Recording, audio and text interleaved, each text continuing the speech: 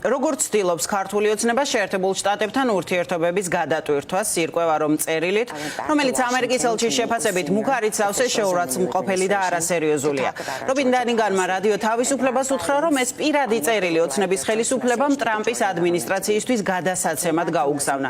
მისი თქმით, ვაშინგტონში წერილი იმდენად ცუდად მიიღეს, რომ პასუხის გასაცემა დრო დასჭირდათ. უკიდურესი გაოცების გადალახვის შემდეგ მომზადებული პასუხის გაცემა კი შეერთებული შტატების ელჩმა ბიძინა ივანიშვილისთვის სცადა, თუმცა მან შეხვედრაზე უარი უთხრა.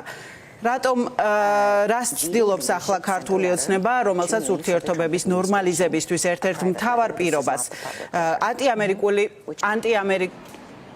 რატომ ბიძინა ივანიშვილისთვის კითხვაზე დიპლომატი პასუხობს, რომ ყველასთვის ცხადია, რომ მთავრობას ის მართავს ამ წერილის შესახებ ცნობილი ჯერ კიდევ ირაკლი კობახიძის ღია წერილიდან გახდა, რომელიც მან დონალდ ტრამპისა და ვიცე-პრეზიდენტ ჯეი დი ვენსის სახელზე გამოაქვეყნა. მასში ოცნების პრემიერი წუხს, რომ უმაღლეს დონეზე კომუნიკაცია არ შემდგარა, მათ შორის პოზიციების თანხვედრის მიუხედავად დიპ სტეითის წინააღმდეგ.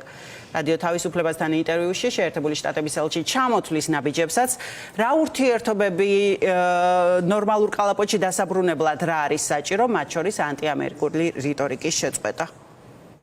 Early in the Trump administration, I went back to Washington. ტრამპის ადმინისტრაციის დასაწყისში ვაშინგტონში ჩავედი, რომ შევხვედროდი ახალი ადმინისტრაციის მაღალჩინოსნებს, რათა დავლაპარაკებოდი საქართველოს მიმართ ჩვენს პოლიტიკაზე და მქონოდა გზამკვლევი, რა სურდათ, რომ ყოფილიყო მათი პირველი გზავნილი საქართველოს მთავრობისთვის.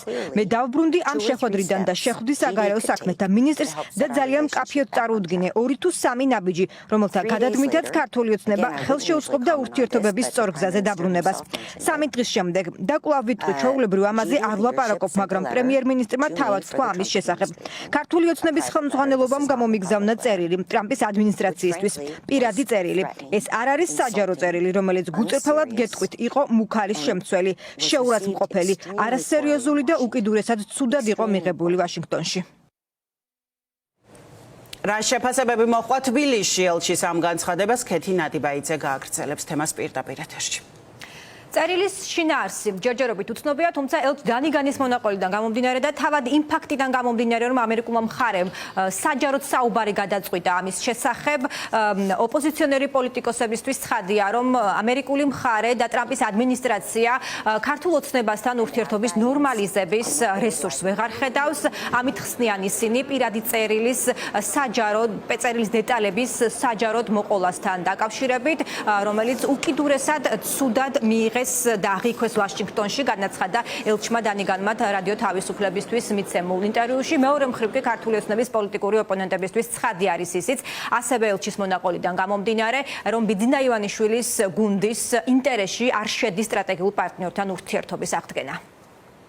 ეს არის რეალურად ძალიან სერიოზული სიგნალი იმისი, რომ ამ ქვეყანას რუსული საოკუპაციო რეჟიმი მართავს. ამერიკის შეერთებული შტატებისთვის და ტრამპისთვის მუქარის ტონით საუბარი არ გაუბედავს თვით პუტინსაც კი. ამიტომაც, როდესაც ამერიკის შეერთებულ შტატებს და ტრამპს ელაპარაკები მუქარის ტონით, უნდა იყოს ძალიან არაადეკვატური, ან უნდა ქონდეს კონკრეტული მავნებლური მიზანი, რომელიც უკავშირდება ამ ქვეყნის ეროვნული უსაფრთხოების დაზიანებას. რომ ამერიკის შეერთებული შტატები ამ ქვეყნის ყველაზე დიდი პარტნიორია, მათ შორის ეროვნული უსაფრთხოების კუთხით.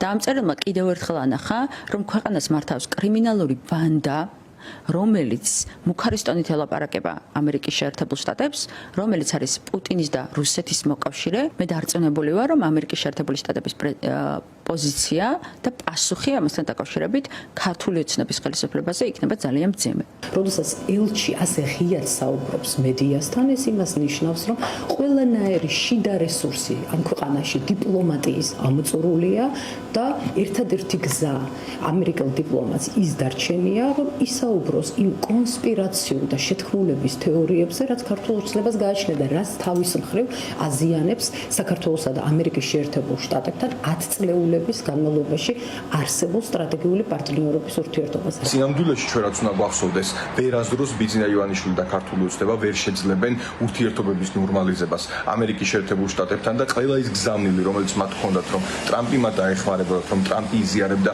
მათ ღირებულებებსა და პრინციპებს, ეს ყველაფერი აღმოჩნდა პროპაგანდისტული მორიგი ნარატივები და ტყუილი მნიშვნელოვანია შევინარჩუნოთ სიმტკიცე, ვინაიდან ჩვენ ხედავთ, რომ არც სანქციების პოლიტიკა არ არის შეჩერებული, არც სტრატეგიული პარტნიორობა არ არის წარდგენილი და მეტიც ხო მეგობარი აქტი ძალიან მალე იქნება მიღებული.